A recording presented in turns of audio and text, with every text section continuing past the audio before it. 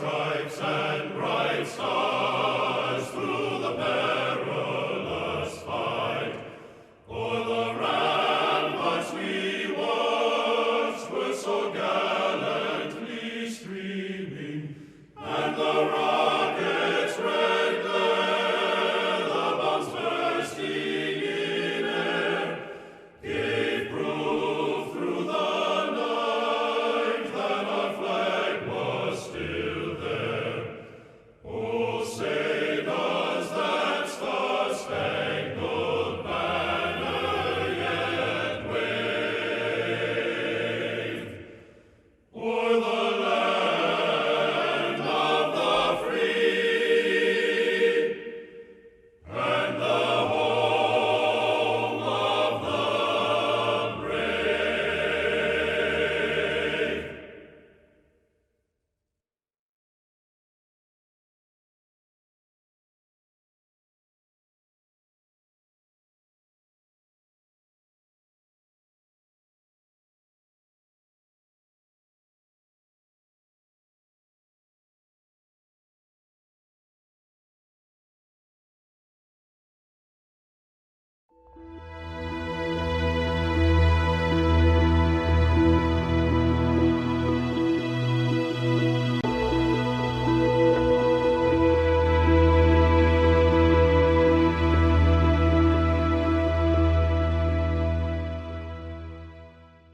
Okay, you never hear birth announcements here. The other man that's sick is Joe Werner. He called me this morning. He's in intensive care. He has AFib, and he was volunteering yesterday, and one of the doctors walked up and told him, "You need to go and get in bed." So far he feels all right, but he's in intensive care. Anyway, today we have a program. The speaker is Jim Skal. He's the CEO of an organization that goes a long way to help veterans, which it's too bad there's not more people that want to do this. I talked to Jim one day, and he was coming back from the VA taking a veteran up there. But he helps these veterans that have lost their way, homeless or on drugs or whatever their problem is. He's there to help them, takes them on field trips during the summer, and does a lot of good work for veterans. So please give him a warm welcome.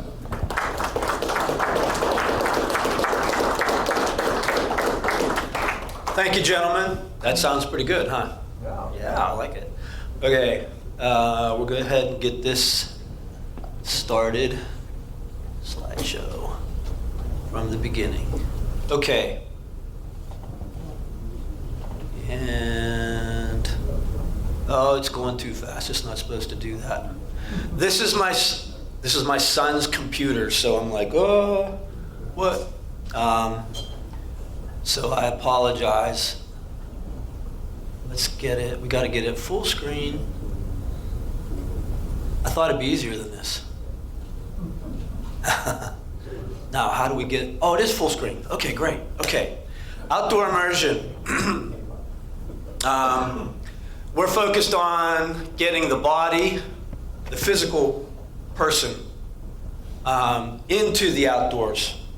Because once the physical body is in the outdoors, then things start happening in the head, right?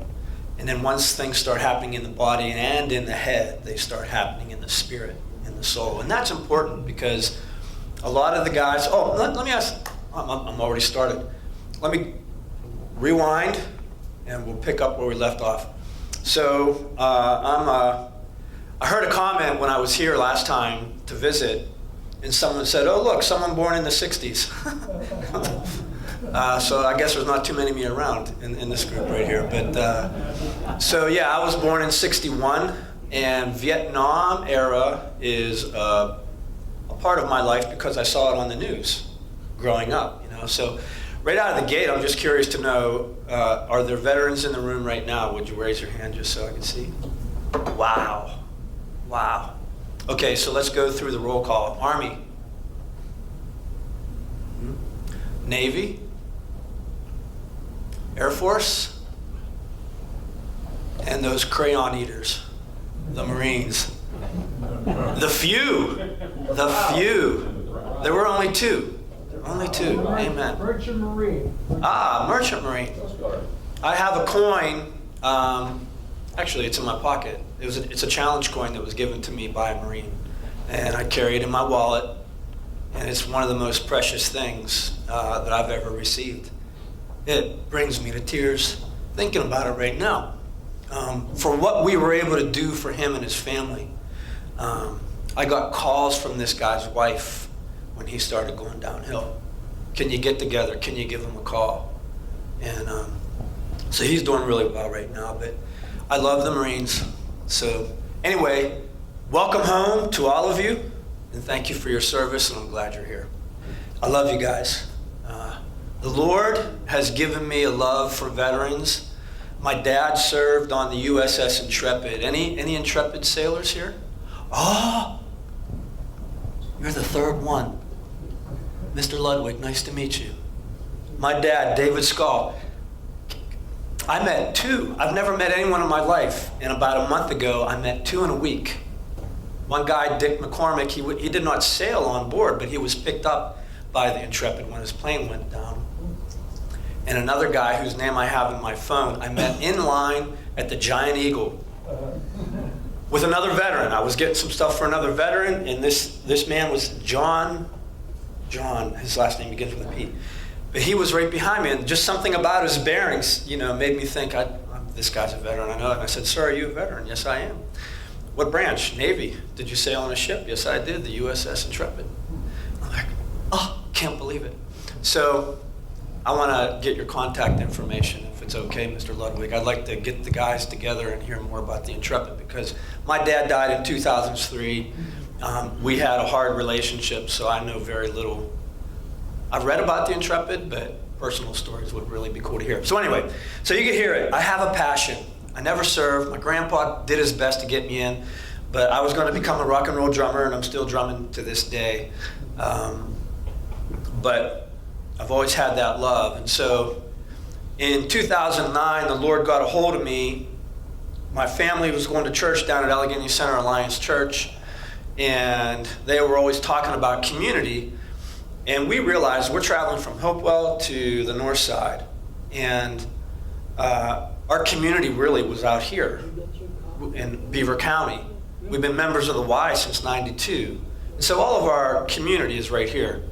And so we felt like the Lord was saying, this has really been good for you and your family down here on the north side, this group of people that you're, connected to, but you need to bring everything that I've given you and start focusing on the people in your community. And with that, the vision for outdoor immersion was birthed. I started asking God about purpose. And he basically said, well, okay, you love my creation, you love to be fit, and you like to share it. So start doing those things.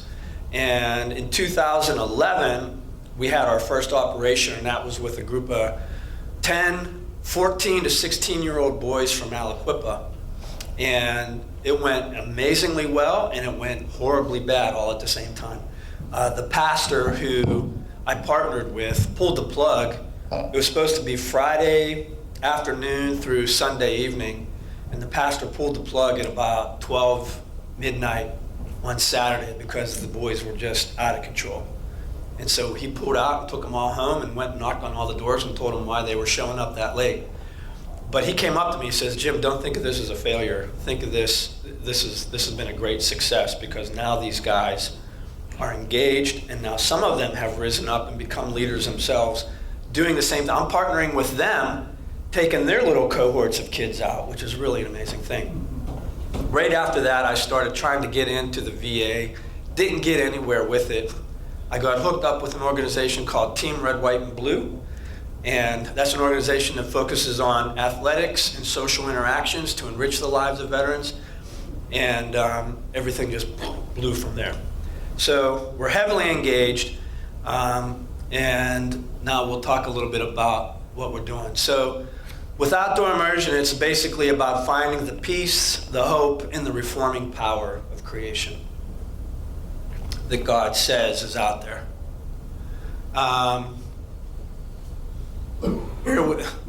We just did this. This is just this past summer.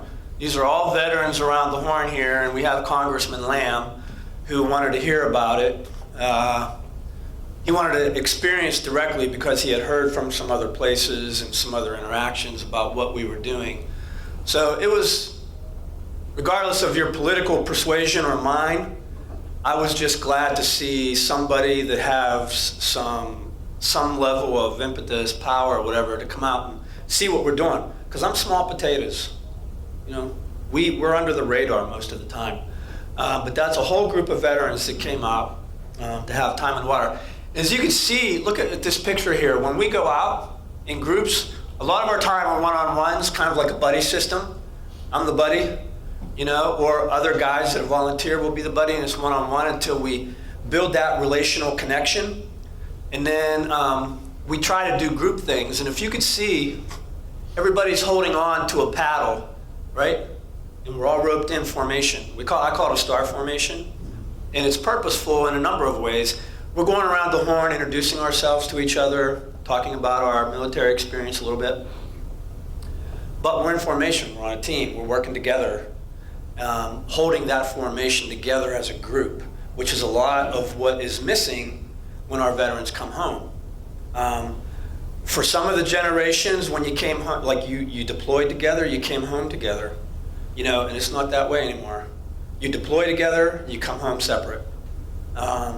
And there's not a lot of, it's like, you're in combat today, and 48 hours later, you're making peanut butter and jelly sandwiches for your kids to go to school. And that could really mess with your head. So that was out at Raccoon Creek State Park. So our mission is to share the peace, beauty, and reforming power of creation through outdoor adventure, recreation, and fitness activities with veterans and military, people in recovery, and at-risk youth.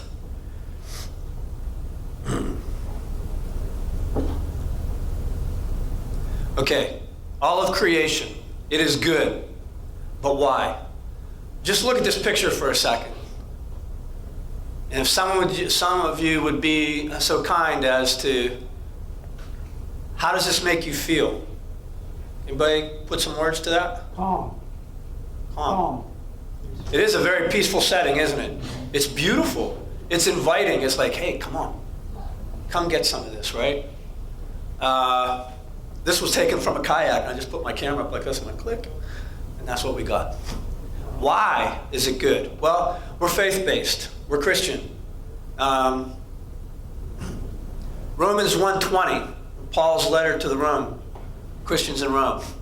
It says, "For since the creation of the world, God's invisible attributes, eternal power, and divine nature have been clearly seen, having been understood by what is made, so they are without excuse." Basically, he's saying, listen, I created everything that you see, and my character is imbued in it. He wants to come together with us. He gave us the opportunity to come together with him or not. We got free will, right? So he wants that. And so all of creation, the beauty of creation, it draws us in. It's automatic. And what that does to the brain, whatever task processing that we have, what I got to do today, I got to do this, I got to do that, I got to do whatever. I'm programming, I'm doing numbers. When we all of a sudden get a picture like this in front of us, all that stops and we just begin to behold. Things change in our brain. It lowers our blood pressure. It lowers our heart rate. It lowers our respiratory rate. Cortisol, which is a stress hormone, the fight-or-flight mechanisms, all of those things go down. Serotonin and other dopamine, those are calming hormones. All of those things rise up. We become more clear thinking. We become more creative. We become more driven. We become more hopeful. Okay? These are scientific facts. These are people much smarter than me who have done the research that says this is what happens. But if you ask them why it's happening, no one has an answer. I've read numbers of research papers. You know, why does it happen? And there's usually a little caveat at the bottom that says, we don't know how this works or why it works. We just know it does, so go out and do it. So that's the why. That's the why we're doing it. Romans 1:20, we just quoted it. Okay, the other aspect. Creation is God's enduring gift of love, given to remind us it is Him who has given it and that He loves us. Okay, it's the same reason some of us wear a ring on our finger. Why is that ring there? It's because my wife gave it to me. She wants me to remember her. She wants me to remember that it's she that gave it to me, and she wants me to remember that she loves me. That's why that's there for 30 years now. Praise God. It's not been easy. And it's mostly my fault. So the same ring, it's all a creation. Every bit of it is like compelling God's love outward to us to invite us to come in and be with Him and experience the goodness that comes from it. Okay, so military experience. From the vast expanse, what you see here, this is one of my buddies right here. You can see he's holding up 2 fingers, 2 fingers, 1 finger, no fingers, 3 fingers, 1 finger, no fingers, no fingers, no fingers. He's like, what are you guys doing? That looks like 4 fingers. 2 fingers. You know what they're counting? You know what the IED is? Improvised explosive device? They're holding up how many fingers for the number of times they've experienced being blown up. But what's really amazing about this unit, none of them died. My buddy John, right here, he would have been blown up one more time. He was in 3 IED blasts. But he said it was amazing. There's a lot of Christians in this group.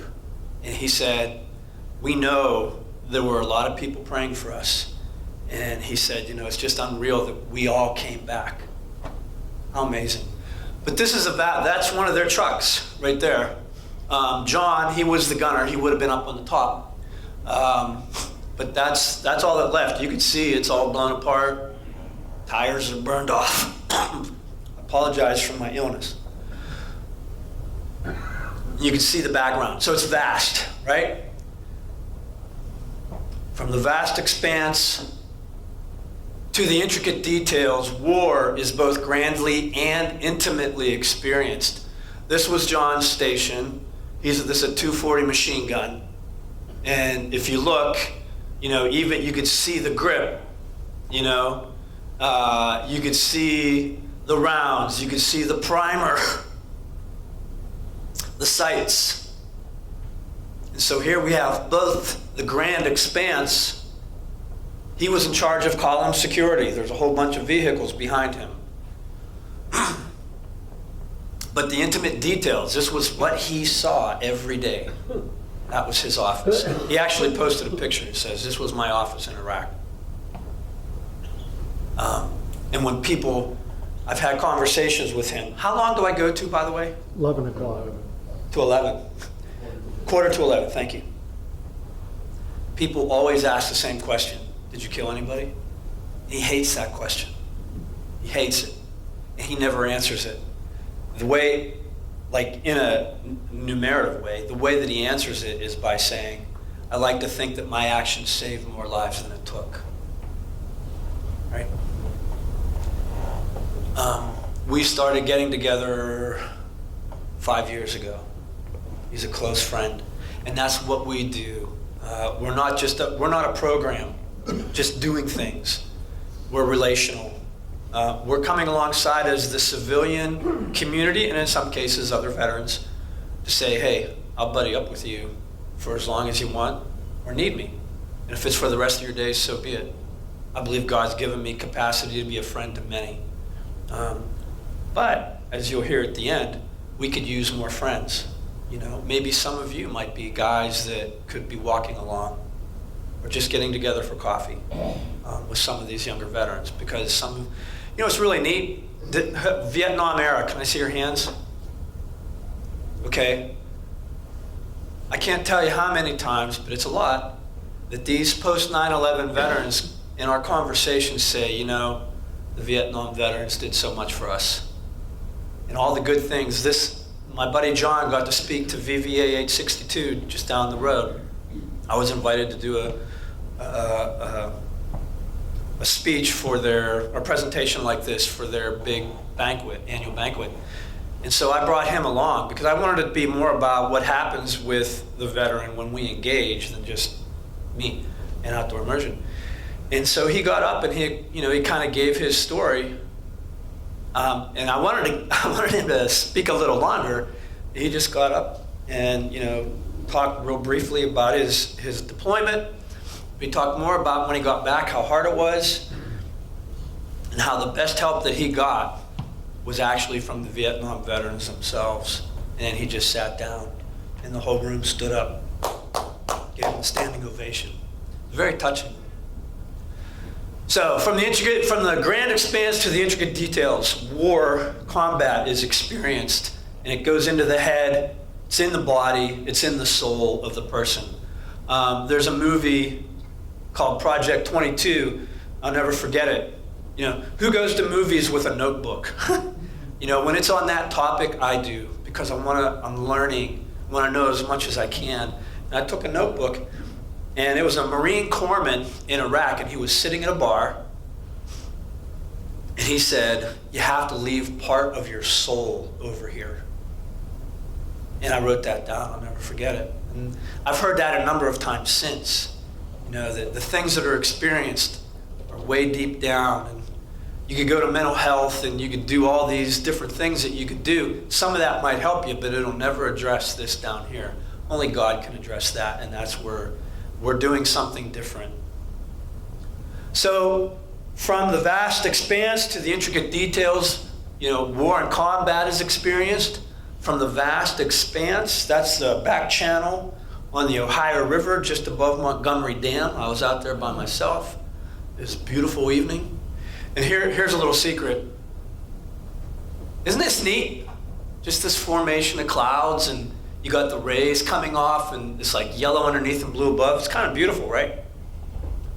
The only reason that happened is because this is the nuclear and coal plant down here, and this is the exhaust going up and being fed over. So, if it weren't for that, it wouldn't have been as dramatic a picture. I don't tell everybody that. You guys are close, so. So again, from the vast expanse to the intricate details, life is also both grandly and intimately experienced. Does anybody know what that is? Jellyfish. That is it's one of the, I don't think it's a pectoral fin, but it's a fin of a hybrid striped bass that I caught down on the Ohio River below the Shields Dam. You don't think, like in our area, that we have fish this beautiful, bass and pike. I mean, they're fall colors, maybe bluegills, they got some pretty colors on them. But the neat thing about the striped bass is they got this blue tint in their fins. It's just absolutely gorgeous. And it's delicate, and it's beautiful. And why, the grand expanse to the intricate details. War and life. And why that matters is because understanding that. This is my buddy John again. He was the first. And I got permission to talk all about him. What I didn't realize, we started off trail running. And I'm always on point, and he's always running maybe 5-6 feet behind me. And what I didn't realize is we were running through the woods, and most of my trail running is done right around here. Devil's Hollow, Swickley Heights. I call the Woodland Loop over by Woodland Pool, and other trails like that. That's where we did a lot of our running. And as we're running along, you hear things. Birds, chipmunks, and they make that whistle sound, or they fly through the underbrush. What I didn't realize was that as we're running along, I know what's happening, But he is being triggered. What was that? I had no idea any of this was happening. And we're about 3 months into training for a race. And he said, I actually went to him and I said, so, John, when we're out, I just need you to give me some input. Because I heard the story of a guy who escaped a mortar round, but when he went back to see his buddies, he found one of his buddies in, what's it called, the crater, the blast crater, and his buddy was there with no legs. And he talked about, I could very clearly see bone and skin and flesh just hanging there. The intricate details of this grand experience. I only use grand not to make it good, but it's huge, right? This big thing whittled down to very intricate details, seared into his head. And so the vision's right there. And so John said the same thing. And what I said was, John, we're going out and we're seeing all this beautiful stuff. And in my mind, I'm wondering how that's affecting you, because I know that you have wounds like this. And seeing all this beauty, I'm wondering if it's in some way starting to layer soothing, healing balm on top of some of these wounds. And he says, that's exactly what's happening. He says, but I got to tell you, it was hard at first because I would hear these sounds. And, they sounded like sounds that I heard in Iraq. But then I would hear you say, hey, Chip or Chip, because I would do that. When a chipmunk goes whistling or skirting through, hey, Chip or Chip, I greet it, as part of God's creation.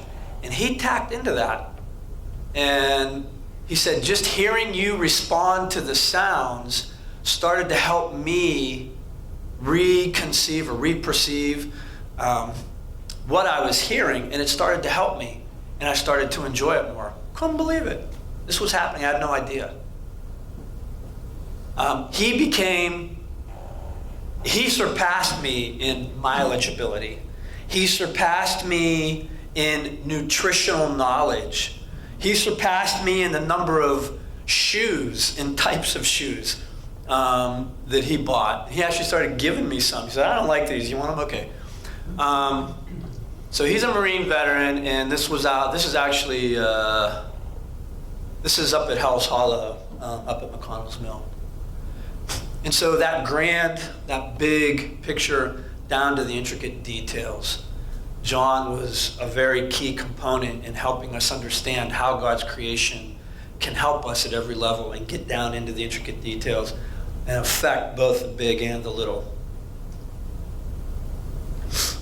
A lot of the guys, when they come back, here's something that I caught on to pretty early. Who you're attached to. When I separated. That's like marriage talk. Right? And often, and you guys all know it, the bonds that are created in the military are some of the strongest ever. Maybe even surpassing marriage in some ways. And that relationship is so deep and intertwined into their person. And so they're attached, and then when they come back, they're separated. They no longer have that. They're alone. Some of them are broken. Not all of them. Some of them are broken and they don't realize it. Wounded, they start entering into bitterness, become hopeless. This is an Army veteran. This was our very first time out. We got out maybe about 6 to 8 times, trail running, hiking, and kayaking. And then he moved away to Texas. We still touch base maybe 6 times a year. And he always ends with, love you, brother. I'm not a veteran. So that gap that exists between the military and the civilian community, it doesn't have to exist. I love you, brother. That gap has been bridged between us. And it can happen a lot more than what it is. So they're hopeless, but not without hope. This is an Army veteran. He served in Iraq. We have been together for about a month. So we've been out 4 times, once a week. I take them out once a week, touch base with them with a text or a phone call once a week. So 2 touches a week. Activity, touch, to start building the relationship. And I took this picture. This is over on the other side of the Ohio River. And this stream dumps right out into the Ohio River just over there. When we came through this tunnel, I hustled out real quick because I wanted to get this picture. And I snapped it, and then later in the day I sent it to him, and I said, do you see the metaphor in this picture? And he said, yeah, I'm finally starting to come out of my dark space. And then he took it a step further. He says, yeah, you see that water coming out between my legs? That's the Spirit leading me out. I'm like, oh, I never thought of that. So this is what we're hoping to accomplish. He took that on for himself. He saw that himself. It's not always us leading, but getting them into the place where they could see for themselves the reality of their situations.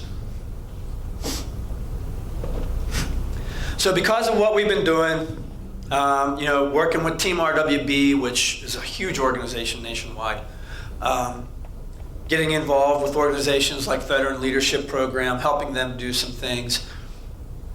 Social media now throws it all out there. A lot of people can see. We were approached and asked if we could come in and give a presentation to the Beaver County Veteran Treatment Court. Does anybody know about veteran treatment courts? Okay, so if you're a veteran and you're arrested for DUI or any other similar thing, as long as it's not like assault, battery, you may have an option to become part of the Veteran Treatment Court. So you step out of the civil court into a special court where it's one judge and the DA and the public defender, adult probation, a representative from the VA, if they're connected to the VA, eligible for benefits, and a representative from Veteran Leadership Program if they're not. And then there's a mentor group, and each veteran is assigned a mentor. And then there's ancillary services, and I'm one of those ancillary services. So I went into court, gave my 10-minute presentation. The judge said, Mr. Skal, please tell us about your program. And then he immediately said to one particular veteran, I think this will be very good for you. And that was the veteran you saw in the previous picture. He was the very first Beaver County veteran.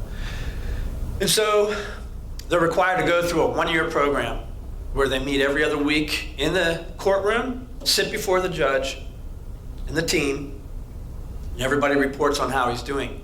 That's phase 1. Once they get through phase 1, typically about 3-4 months.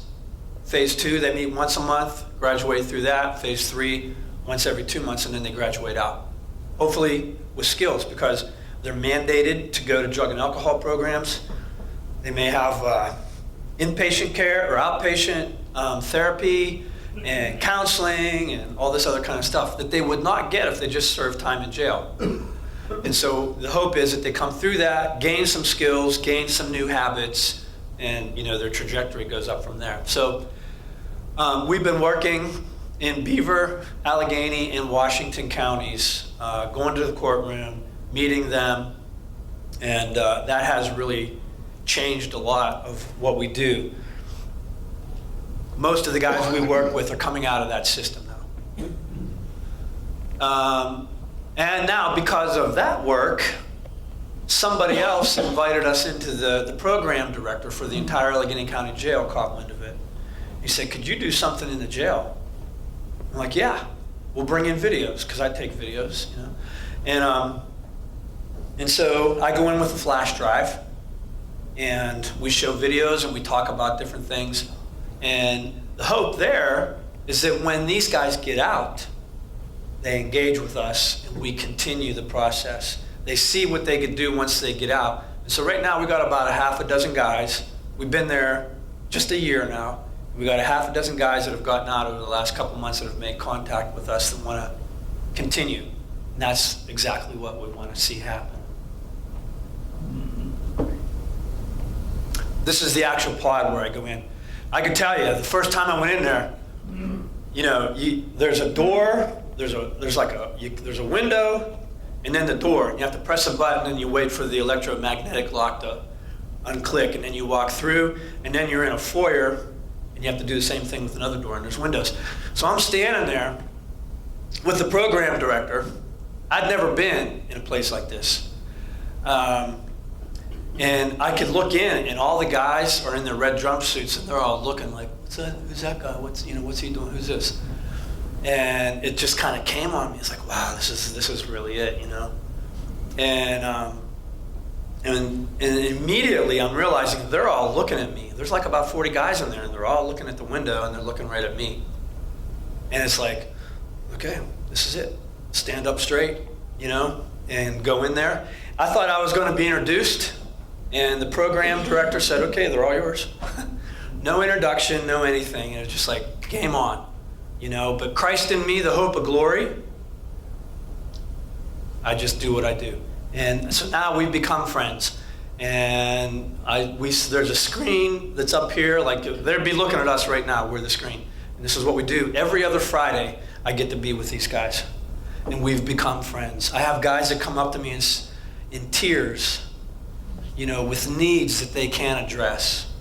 It's profoundly, it's just amazing. I never thought I'd be in places like this, doing this work, but yeah, here I am.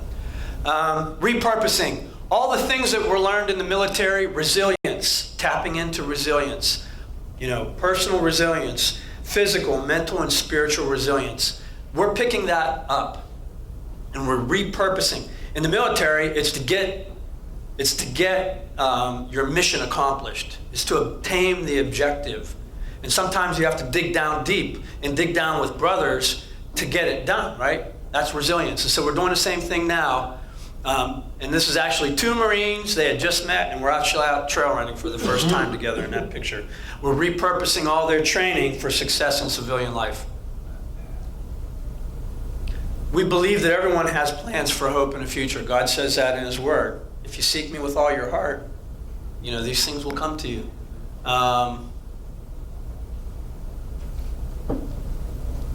Don't forsake the gathering. So we do a lot of buddy ups, one-on-ones, but then we do things where we get guys to come together. And this is veterans and men in recovery telling stories along the Ohio River.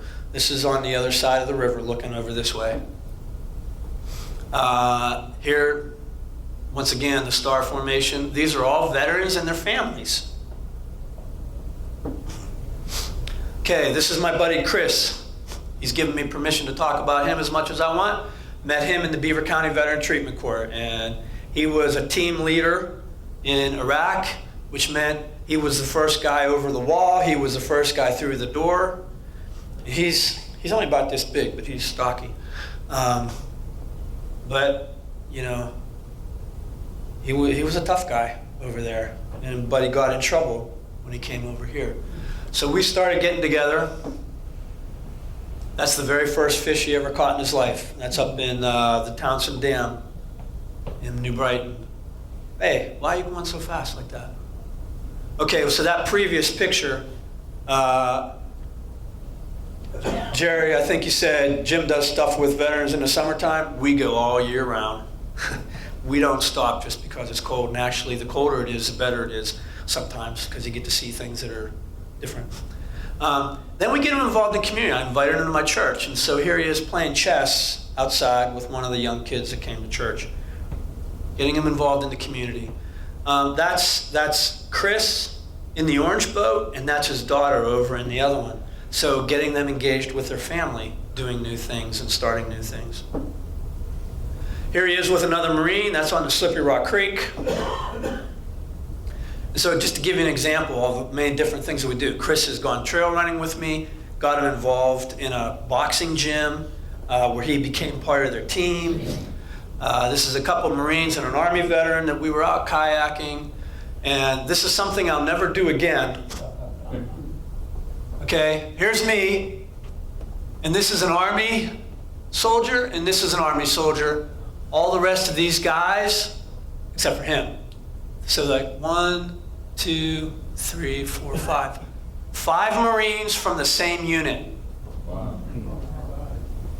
It was crazy the first night because it was a reunion for them. And it was just crazy. I'll just leave it at that. We don't have enough time for the stories. So the work that we're doing, what does other people say? Dr. Robert Wicks is one of the foremost psychologists in the world for operational stress management. He goes all over the world, combat zones, catastrophes, working with first responders and military. And when I went up and introduced myself and said what I'm doing, he says, "Oh, you're doing the work. That's great." You know, and then he sent me a book, and I was very happy for that. Colonel Thomas Stokes, he was in charge of 10,000 troops in Afghanistan. And I went up and I said, I feel like I should get some mental health education. He says, "No, you don't. What you're doing fills a gap. Nobody else is doing what you're doing. You keep doing what you're doing." All right, I want to show you. Oh, how do I get that to go? There we go. Oh, come on now. Control.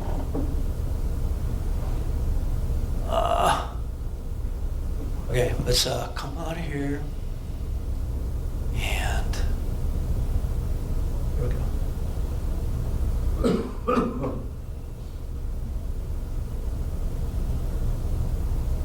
Come on. Yeah. Come on, baby.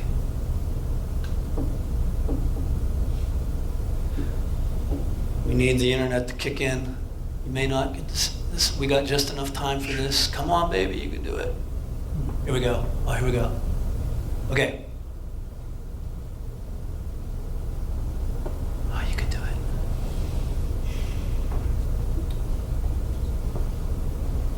Come on, you can do it. Let's just make sure we don't want any more of them going. Click that off. Click that off. Here we go. There you go.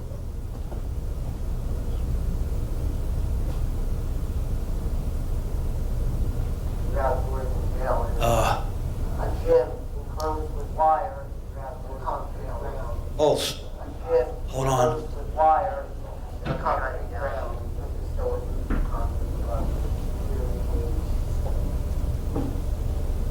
Sorry if you can't. Oh. How about that mic? Where's that other mic?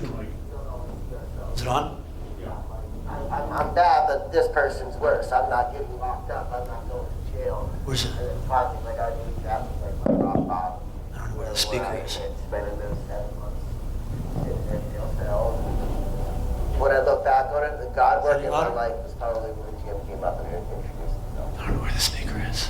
When I got out, he was the first person to really like make contact and reach himself out. No, it didn't matter what I had done. They were scared to tell people because automatically people think, "Oh, you're a heroin addict." They just think all these negative things. And then when they find out you're a service member as well, they're kind of like surprised, like, "Well, you should have like the discipline to be able to know better and whatnot." So like, we feel like, oh, you know, kind of set aside a lot of the time. A lot of people are quick to say thank you, but they're not quick to actually be there in service to the people that were in service. You know, and that's outdoor immersion's focus 90% is on veterans. Even if I don't feel like talking, just having somebody else that's there, you know, just sitting by me and, you know, knowing that someone's there that truly cares. You know, and that's, I feel like a lot of people, veterans especially, can benefit from those type of things. Just letting them know that they're not alone. You know, because they're not alone. You know, there's more of us out there, and we just need to find each other. Because a lot of the times we're too prideful to go out and just simply ask for help. You know, because you can't do it on your own. And I really believe that if it wasn't for the connections that I made, today I'd be dead or in jail.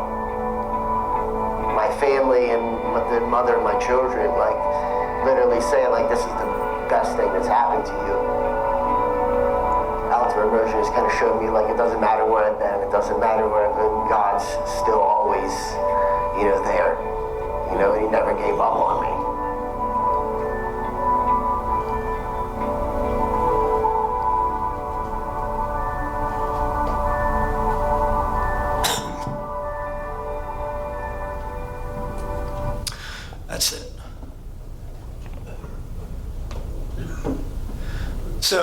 Thank you. Thank you for your time and attention. If you have any interest in being involved as a mentor to younger veterans, certainly come and see me. You take a wee little course. Vietnam veteran Larry Guggens, the president of Chapter 862, runs the whole program. We get you in touch with him. We are a nonprofit 501c3. If you'd like to join us in some of the things we do, we'd love to have you if you're able. And financial support is always welcome as well. So thank you for your time. And welcome home, and glad that you're here. Thank you, Jim. Any questions for Jim? Okay.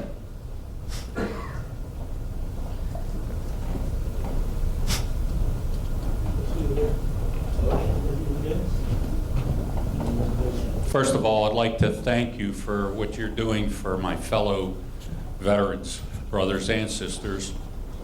And I'm sure you're aware of this, but many of our members are not, and that is that every month, anywhere from 25 to 35 veterans are buried down at the cemetery of the Alleghenies. Yes. And nobody comes to their funeral.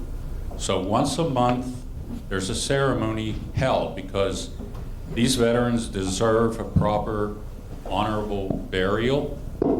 So the first Wednesday of every month, a ceremony is held. Every one of their names are read aloud, their branch of service. There's a minister there who reads some words. We present the colors. There's a rifle salute, and taps are played. This month, because the first Wednesday was January 1st, it'll be held the second Wednesday. That means Wednesday of next week. I'm privileged to be part of an honor guard of the Vietnam Veterans Incorporated, and January is our month this year. So I'm inviting everybody down to the cemetery of the Alleghenies next Wednesday morning at 9 o'clock. It's real easy to get there. You just go down 79 South, get off at the South Point exit, and my understanding is that the bridge leading to the main entrance has been rebuilt. It is now open. So it's real easy to get there. It's 9 o'clock in the morning. It's indoors, and it's a beautiful, moving ceremony. First Wednesday of every month, except this month, it'll be next Wednesday. Thank you. Thank you. That's good to know. Okay. Anything else for Jim? Jerry, I'll turn it over to you. Okay, next week is Colonel Haller from the 9/11 Air Force Base. So with that, I guess, what do you want? We'll let Jim do. Oh. I'm still in charge. I've got another couple weeks. I have another couple weeks before I give up this gavel. So with that, this meeting is adjourned. Thank you.